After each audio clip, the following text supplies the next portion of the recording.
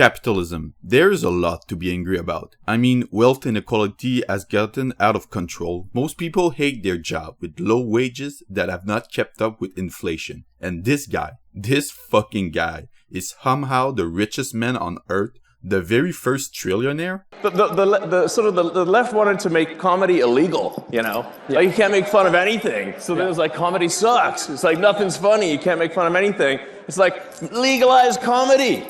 Yeah. Legalize comedy. And we've So yeah, there's a lot to be angry about capitalism. But you know, you can imagine someone coming out of a bush and being like, you may not like it, but capitalism got the most people out of poverty. And I'm here saying, fuck no it didn't. But first, let us define capitalism. Capitalism is private ownership of the means of production. One big misconception is that capitalism only started existing during the Industrial Revolution. The fact is that there were plenty of things that could be called a private business during all of human history. It was just probably not called capitalism. However, it was never the dominant system. Before the Industrial Revolution, the dominant system was feudalism. But the Industrial Revolution is when feudalism was out and capitalism was now the dominant system. And when capitalism was the most dominant, it was marked by unbelievable wealth inequality and poverty.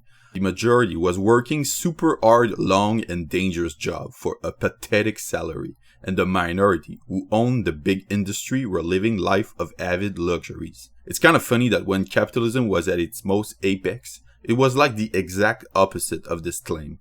Now, what is interesting is what eventually got the working class out of this mess. Even though the system was treating the working class as worthless trash that could be at any time be replaced by someone else, what they eventually realized is that if they could resist together, then their boss would have to cave in to their demands. This tactic was responded with violence by the corporation and even the government, but the worker persisted and eventually led to the creation of trades unions. Trades unions are organizations that directly oppose big corporations in order to represent the interests of the workers. Basically, trades unions bring a little bit of democracy in a place where it was basically an autocracy. A workplace where there's no trades union is a place where the boss is pretty close of being a king, especially in the beginning of the Industrial Revolution. And trades unions simply bring some level of democracy to the workplace. Democracy is the best system to get the most people out of poverty. You could expect me to say that socialism is what gets people out of poverty, but socialism without democracy is not really worth anything. Socialism without democracy is what you had in the USSR. Sure, most things were publicly owned, but the entire country was controlled by the state's elites,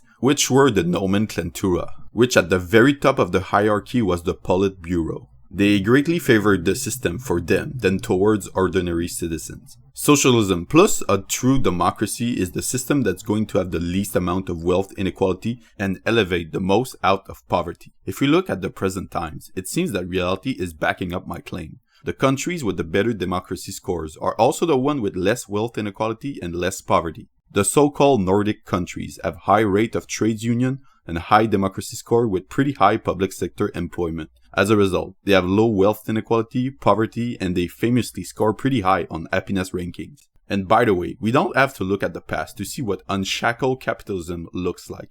Some place on this earth where big companies exploit weak regulation in order to get them workers long hours with low wages and in a dangerous environment. Some places even employ children to do the work. So we have places where people are experiencing capitalism, kind of like people did in the Industrial Revolution. So no, capitalism is not what brings people out of poverty. Democracy does, and socialism plus democracy is what does bring people the most out of poverty.